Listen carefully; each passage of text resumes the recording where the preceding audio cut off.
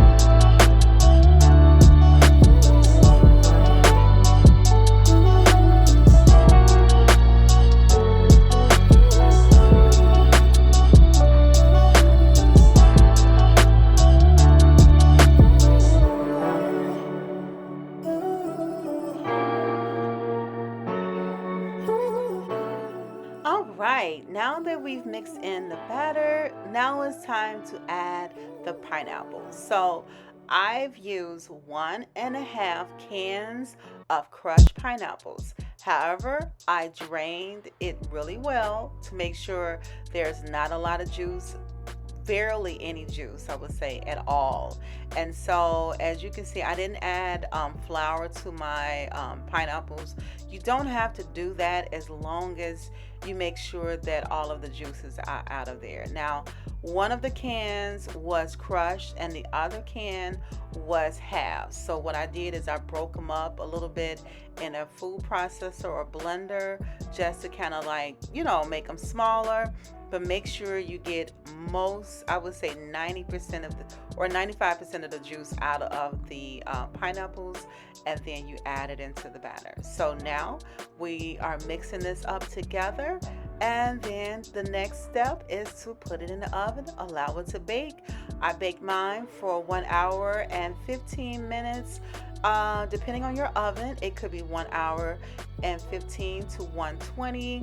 After that, you want to take it out. Of course, check it with the toothpick or fork or knife, whatever you have to check your cake. Make sure in the middle that when it comes out clean. There's no batter sticking to it. So then you know it is done. And after that, guys, we're going to make our glaze. So stay tuned.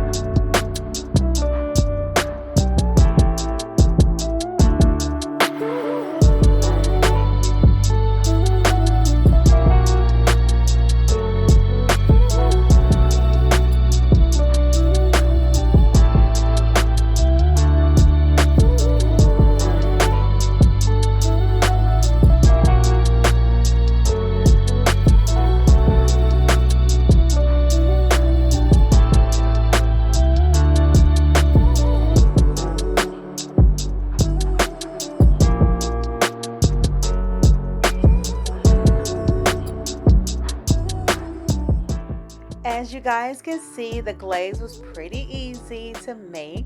And so now we're going to go ahead and frost or glaze up our cake.